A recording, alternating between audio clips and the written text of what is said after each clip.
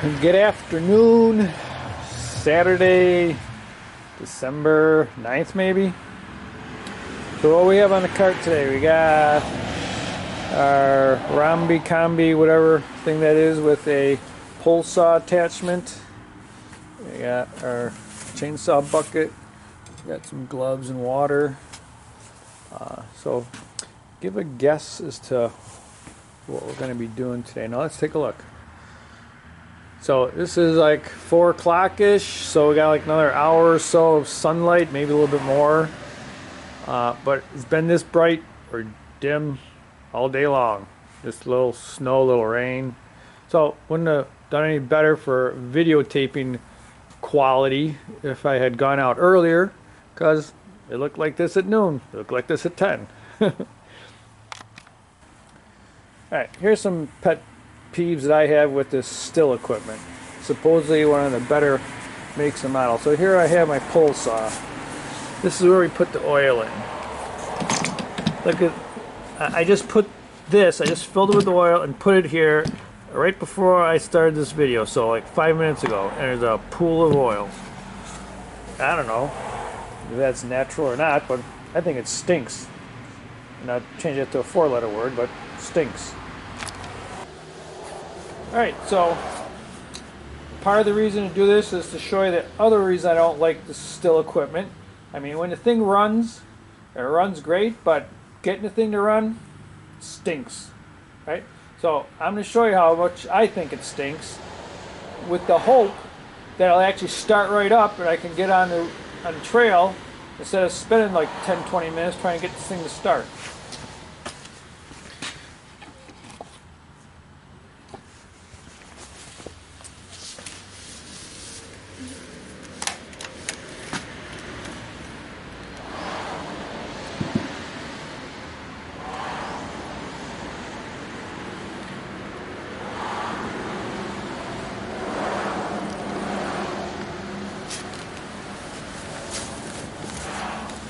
Because my right shoulder's sore with my left arm.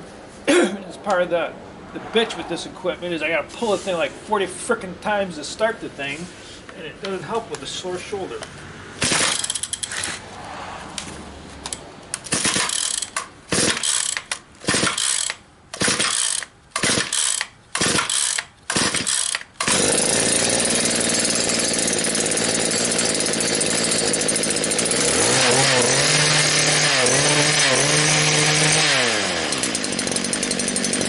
I think I counted 7 or 8. Thumbs up. Maybe I'll have the video taped every time just to get this thing to start.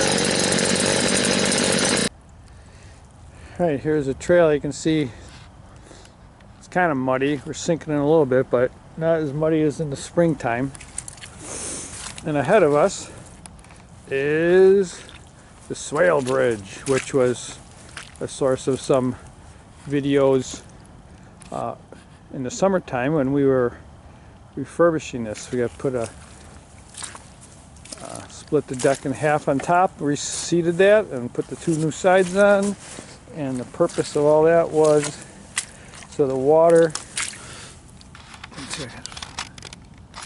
water flows underneath on both sides before there's a cross piece going this way which blocked the flow at low level. So it looks like it's holding up pretty good.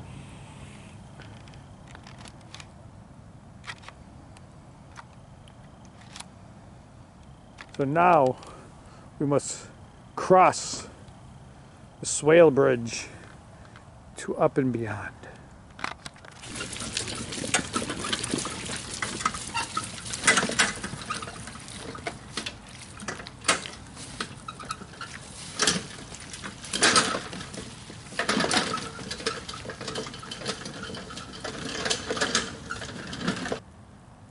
Alright, this is one section of the trail that with the heavy 4+ feet of snow and then the blizzard has taken kind of a hit. Let's have a quick walk so we can see what we're up for here. Some of the problem with tall, thin, overlying brush is that when it gets snow on it, kind of just bends everywhere.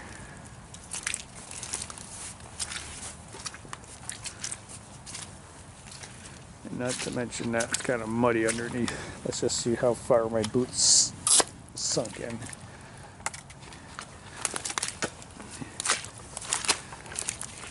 Alright, so I think that's what, we're not going to get all this done before the sun goes down, but we're going to get started here.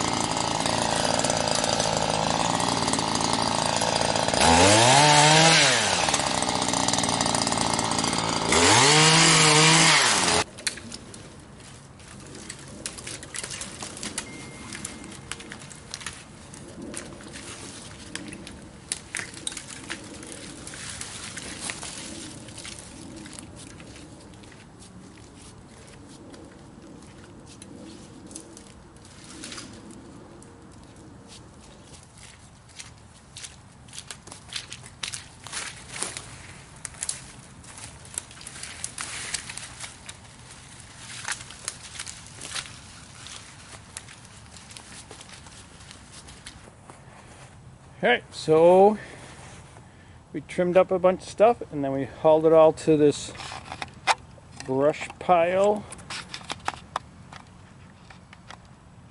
over there.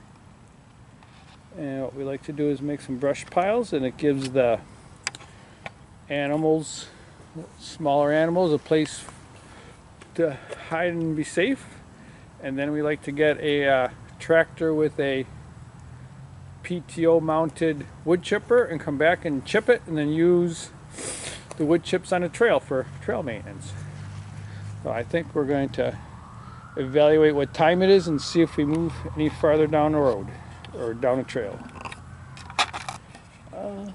One of the things I have done, since I'm going to leave the cart here, I'm not going to take it down that trail because things are falling every which way, but I did put up, let's see if we can see it, my red flag. I have a red flag that I usually tie in the tree near where I'm working, so that if I don't come home at dinner time and my wife needs to find me, she can, she'll see the cart and she'll see the flag, so she'll know some way that way is probably where I was working. Just for closure for everybody. Okay, so what little sunlight we have is fading. It's about 5, but as you can see, I've cleaned up some of the stuff there, and we're going to put it on that brush pile there.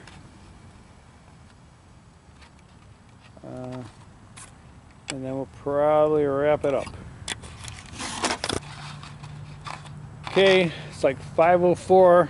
Street lights are coming on. Time for kids to come home, but this is where we are. We got cleaned up all the way down to there. And I'm gonna come back, and this is what's next. We're gonna head back down the trail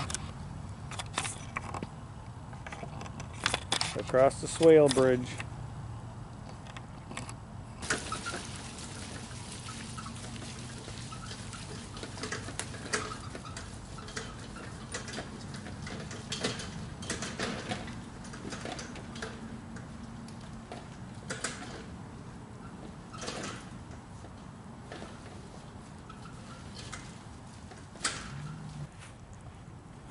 Well, right before I was about to take the camera off the tripod, not somber, not solemn, but reverent. I think that's the word. Just a real heartfelt appreciation for nature and the ability to come out here and just be part of it. Be a steward for what I can. Try to be a good species on the planet. So reverence for nature and what it allows me to do. Alright, so this came up to mention. I don't know if it'll make the cut, but some people might say, how can you say you appreciate nature when you go and you cut down trees and shrubs? Well, I guess there's two parts to that. One, if this trail wasn't here, if I didn't maintain this trail, then all the locals that border it, that use it for a walk, to bring their grandkids back here, to see the animals, people that cross-country ski, you know, turkeys, deer, squirrel, raccoon, skunk, birds, you know, they would not be able to enjoy what this land has. And then on the flip side, you get people that do come back here that literally throw beer cans everywhere, they dump trash, start fires. So to maintain a trail in good stewardship so people can appreciate this land, I think the land accepts that and honors that. So whatever that was about, it needed to have a voice.